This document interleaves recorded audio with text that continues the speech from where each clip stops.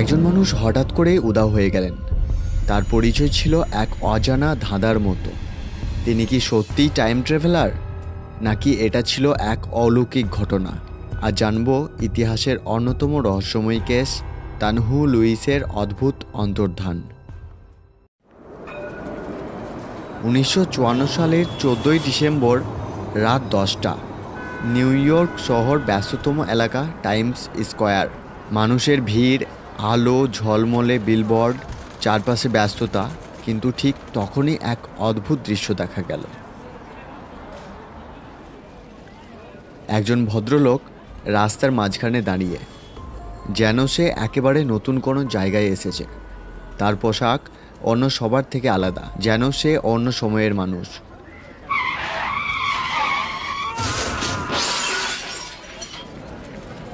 একটি দ্রুতগামী ট্যাক্সি তাকে ধাক্কা দিল। লোকটি ছিটকে পড়ে গেল রাস্তায়।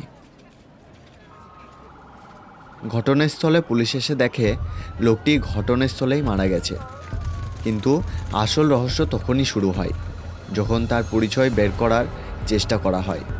তদন্ত করতে গিয়ে পাওয়া গেল কিছু অবিশ্বাস্য জিনিস। তার পোশাক ছিল 1870 সালের স্টাইলে। তার পকেটে ছিল 1800 সালের পুরনো কয়েন, একটি বিল যেখানে 1876 সালের তারিখ লেখা ছিল। আর আইডি কার্ডে লেখা ঠিকানায় গিয়ে দেখা গেল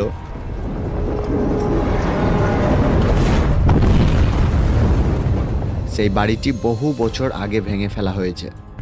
এখন প্রশ্ন হলো, এই লোকটি কে? সে কি টাইম ট্রাভেল করে এসেছিল, নাকি এটি শুধুই একটি কাকতালীয় ঘটনা? লোকটি হয়তো 1870 থেকে টাইম ট্রাভেল করে ভুল করে 1954 সালে চলে এসেছিল। হয়তো তিনি পুরনো জিনিস সংগ্রহ করতেন, কিন্তু এত পুরনো সব কিছু কীভাবে পেলেন? কেউ কেউ বিশ্বাস করেন এটি কোনো অতি প্রাকৃত ঘটনা ছিল, যার ব্যাখ্যা বিজ্ঞানে নেই। এই রহস্য তখন আরও গভীর হয়ে যায় যখন তার মৃতদেহ মর্গ থেকে হঠাৎ গায়েব হয়ে যায়। হ্যাঁ, রাতের বেলায় দেহটি ছিল, কিন্তু পরদিন সকালে সেটি আর নেই। কোনো সিসিটিভি ফুটেজ নেই, কোনো চুরির চিহ্ন নেই, কিন্তু মৃতদেহও নেই। আজও এই কেসের কোনো সমাধান পাওয়া যায়নি। তানহু লুইস কে ছিলেন? তিনি কোথা থেকে এসেছিলেন? আর তার মৃতদেহ গেল কোথায়? এটি কি সত্যি একটি টাইম ট্রাভেলের কেস ছিল, নাকি এটি ছিল এক অলৌকিক ঘটনা? নাকি সত্যটা আমাদের সামনে আছে, কিন্তু আমরা সেটি বুঝতে পারছি না?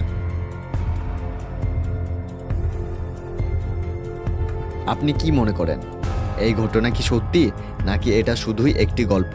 আপনার মতামত আমাদের কমেন্টে জানাবেন। আর এমনই রহস্যময় কেসের জন্য আমাদের চ্যানেল সাবস্ক্রাইব করতে ভুলবেন না।